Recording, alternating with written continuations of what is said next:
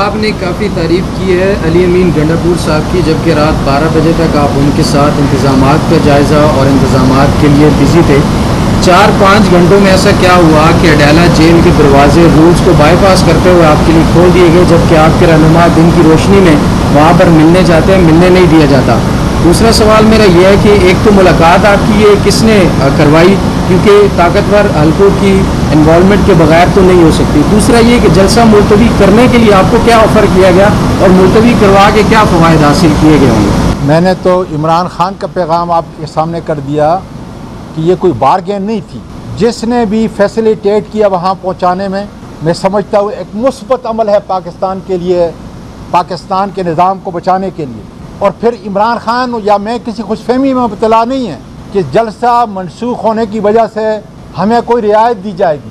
ہم صرف ایک چیز چاہتے ہیں پاکستان میں، میرا لیڈر ایک چیز چاہتا ہے، قانون اور آئین کی پاسداری ہو۔ ہمیں اب بھی کیس اپنے جتنے جیلی کیس ہم پہ بنائے گئے ہیں ہم فیس کریں گے۔ عمران خان خدا کے فضل سے جیل کی صعوبتیں برداشت کرے گا، ہمیں کوئی رعایت نہیں چاہیے، لیکن خدا را اس ملک پاکستان کو جو سب کا ملک ہے، فیصلہ سازوں کا ملک ہے، انہوں نے حلف اٹھایا ہوا ہے کہ اس ملک کو بچانے کے لیے ہمیں صرف قانون اور آئین کی پاسداری چاہیے، جس سے یہ ملک بچ سکے گا۔ سپریم کورٹ آ گئی عمران خان کا پیغام لے کے، چند دن قبل صبح 7 بجے آپ عمران خان کے پاس کس کا پیغام لے کے گئے؟ جو حکومت کا پیغام تھا، اسٹیبلشمنٹ کا پیغام؟ سوال پوچھیے بیٹا، سب سے بڑی بات یہ ہے کہ اعظم سباتی کے پاس صرف پاکستان کی حفاظت کا، پاکستان کی ترقی کا، انتشار کو روکنے کا پیغام ہے۔ وہ نہ اسٹیبلشمنٹ کا ایجنٹ ہے اور نہ خان صاحب ایجنٹ ہے۔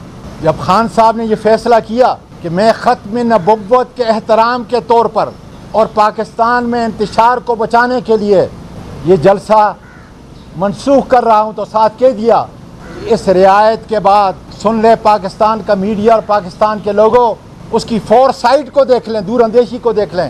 اس نے کہا مجھے معلوم ہے کہ اعظم مجھ پر اور سختیاں ہوں گی، مجھ پر اور کیس بنیں گے، تم پر اور کیس بنیں گے، لیکن پاکستان کی سربلندی کے لیے، ختم نبوت کے احترام کے طور پر میں اپنے وہ 4 جتنے بھی ورکرز ہیں، لیڈرشپ ہے، میں ان کو آج کے جلسے کی تمہارے منہ سے اعلان کر دو جا کر کہ آج کا جلسہ منسوخ ہوگا اس دن۔